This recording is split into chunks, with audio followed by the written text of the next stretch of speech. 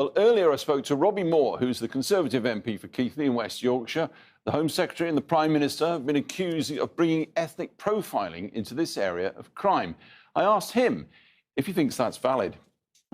Well, I don't agree with that, but what I do agree with is definitely looking at the ethnicity of both the perpetrators and the victims, because unless we have that data, we are then unable to get to grips with some of the complexities that have haunted communities like mine for far too long. You know, I represent Keighley within the Bradford district. I've been very vocal about gang-related grooming for a long period of time, but the reality of it is we haven't got to grips with those issues. Is there a danger that if you focus too much on that, you cloud other issues? I mean, there are clearly problems with this going on in, I don't know, everything from the sports sector, from care services, care homes, the Catholic Church. It's everywhere. Yes, but there are certain communities where different issues are impacting those communities more so, and that is being as a prominent issue, I'm afraid to say, within Keighley and across the Bradford district. You know, I've been calling for a full Rotherham-style inquiry into child sexual exploitation across the whole of the Bradford district. But let's flesh that out, because this has been happening on your patch, as you say, so you've pretty direct experience of it. What makes you so sure that political correctness is the obstacle here? Because no one has been talking about this issue at a local level. We saw the Rotherham-style inquiry, the J report come out in Rotherham, which clearly identified this very issue being the problem, that political correctness had in effect got in a way. Those that were in positions of responsibility had ignored this issue. They weren't willing to touch the issue with a barge pole, which is why I've been calling, and dare I say, unfortunately, I think the Bradford district would be far worse in terms of numbers than what Rotherham, Rochdale is. How do you change the culture, though? I mean, look at the Met.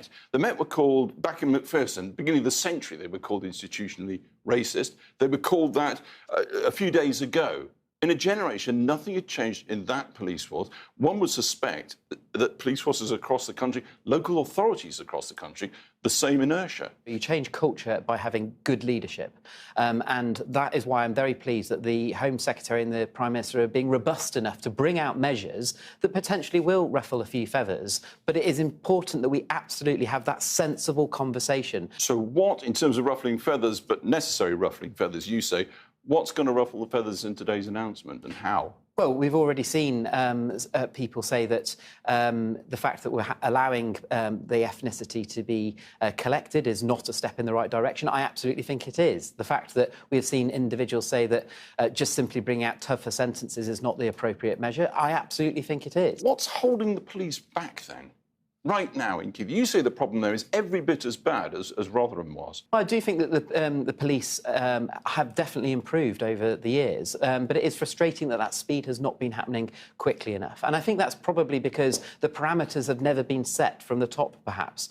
And now we very clearly have the Prime Minister saying that he will not allow political correctness to get in the way, and we will enable ethnicity data to be collected, not only of the perpetrators, but also of the victims.